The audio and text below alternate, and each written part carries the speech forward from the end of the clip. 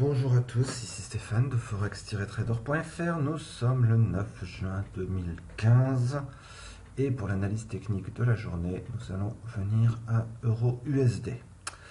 Avant de démarrer, je vous rappelle que les investissements sur le forex, ce sont des investissements risqués, que vous ne devez y investir que de l'argent que vous pouvez vous permettre de perdre et que tout ce que je vais dire ne reflète que mes vues sur le marché. Ce n'est pas un conseil pour y investir.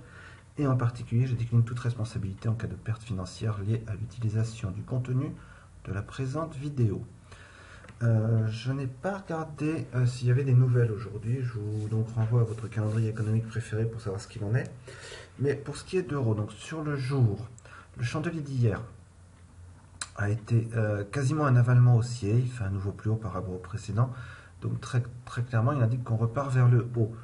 Vous vous souvenez, pour ceux qui ont suivi, qui étaient abonnés à ma liste de diffusion, je vous ai expliqué que la semaine dernière, l'euro avait démarré en fanfare, si j'ose dire, les premiers jours, ici lundi, mardi, mercredi, suite aux déclarations de Mario Draghi.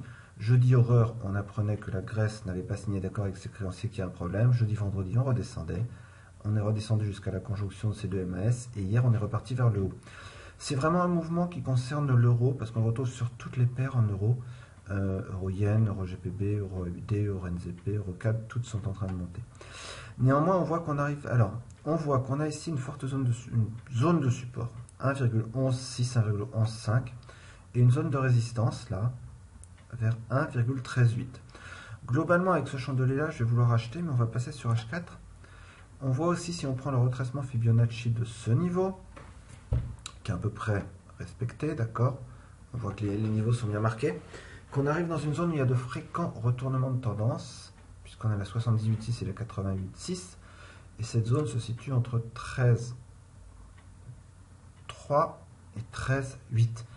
Dans cette zone, même si je pense qu'on va monter, et vous voyez qu'il y a une petite résistance vers un 13,5 ici, okay. Même si je pense qu'on va monter, je vais surveiller ce qui se passe pour voir si on n'a pas des signaux baissiers qui pourraient nous permettre de prendre de vendre, mais ce serait plutôt contre-tendance. De toute manière, pour l'instant, après cette hausse, c'est beaucoup trop hausse. La hausse est beaucoup trop commencée pour acheter à cet endroit-là.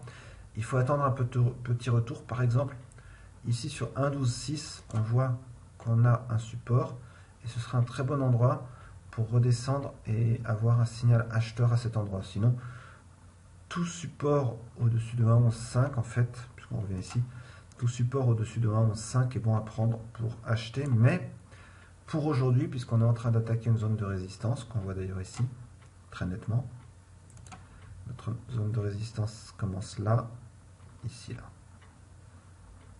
Commence là et s'arrête à peu près là, c'est-à-dire au récent plus haut qu'au-dessus de 1,14.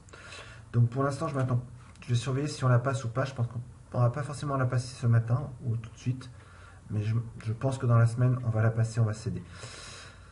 J'attendrai pour acheter, si jamais on la passe, qu'on passe vraiment cette zone-là, un 13,9 et presque un 14. Au-dessus d'un 14, je me sentirai beaucoup plus tranquille pour acheter. Là, on rentre vraiment dans une zone de résistance, comme je dis. Donc, je résume.